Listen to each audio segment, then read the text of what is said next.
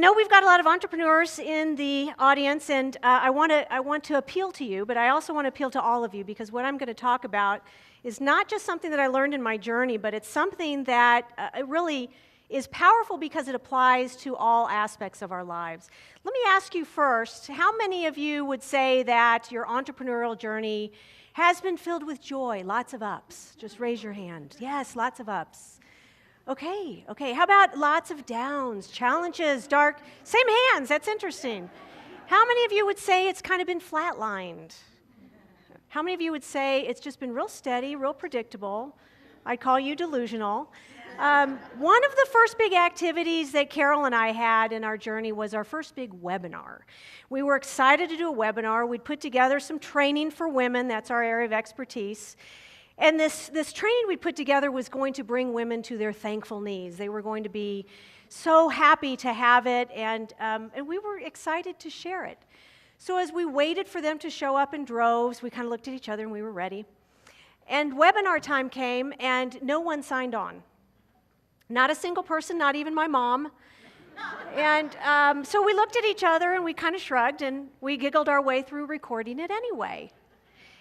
And that was certainly disappointing. Humor helped, but there are those dark times that we have as entrepreneurs that we get stuck in.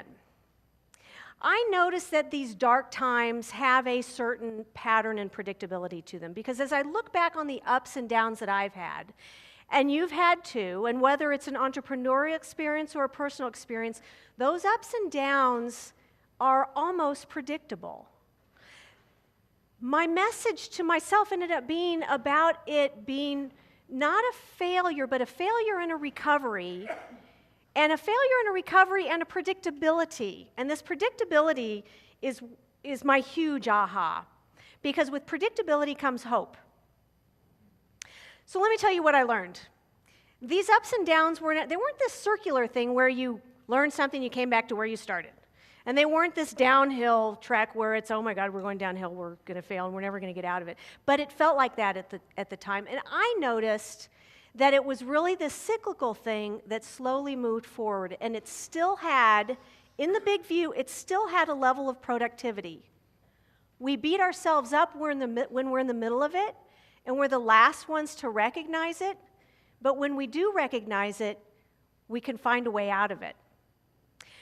The aha was its application, the way it came from my background. I had been teaching clients, coaching clients, consulting clients for years about something called the S curve, or the growth curve, or the change cycle, whatever you want to call it. But it comes from everything that's alive. It applies to anything organic, whether that organic thing be a life, a team, a career, a department, a small business, the roses in your garden, who spring forth in the spring,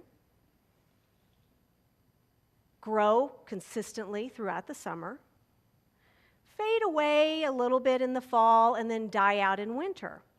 It occurred to me, my startup was really the same way. It was a living thing. So let me share with you that curve and the characteristics of it. It starts off with a steady state. It starts off with something kind of basic, and that I'm going to say is productivity, whatever that looks like. Maybe that's the growth in the summer. And like the growth in the summer, we don't want it to come to an end, right? Our productivity in our businesses has those spurts that we would like to have happen forever, but unfortunately, they just don't. Like summer, they come to an end, and so when that end occurs, it kind of fades off like fall and then dies. It's all going to be okay in the end, and if it's not okay, it's not the end. Have you heard of that? Those dark phases where we go into a hibernation really have a productivity purpose of their own. Whether it be slowing down to learn, whether it be a time of reflection, whether it be seeing your income go downhill and you're thinking what's going on, it really still serves a purpose. And that purpose in itself has some sort of productivity to it. We just don't see that when we're in the middle of it. We kind of feel like it's, oh, uh-oh. this really stinks and it feels dark. That's what I call the trouble with the curve.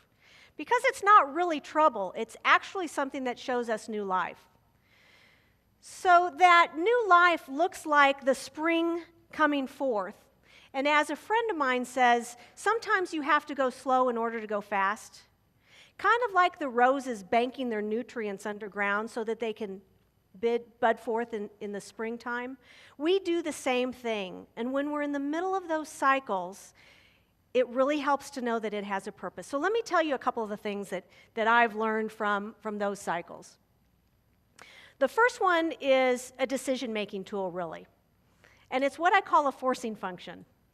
When I'm in those dark periods, when I feel like I'm in the trouble of the curve, I find ways to move myself forward. Because although you can't avoid the downs with the curve, you can get through them more quickly. Forcing functions work really well for me. For example, my last book, I was kind of stuck in the middle of, and I wasn't really writing much. But somebody had asked me, Katie, in October, will you come and do a book signing for us? And I thought, well, I guess I have to have a book to do that. And, well, dang, I said, sure, I will. Suddenly, I had to get that book done. That was a forcing function. It's as if your activity or your chore is to get up on your roof, and so you put the ladder up on the side of the house, and you think, I got to get up on that roof. So you throw your car keys up on the roof. And now you have to climb that ladder, right? Forcing functions have worked really well for us in our business in order to move ourselves along. You just make yourself do it. The second lesson learned is that mindset about the trouble with the curve. Because when you know that you're in the midst of it and can recognize it, it brings to you, as I said before, predictability. When you know that it's just a slow downswing or it's something that feels dark that you can dig deep and get yourself out of, you have some hope. That brings you energy and that moves you forward. So the trouble with the curve really is not so much trouble with the curve. It's the power of the curve, and it's knowing what's coming next, and it's riding that curve. It's all going to be okay in the end, and if it's not okay, you just have some work to do. Thank you. Thank you.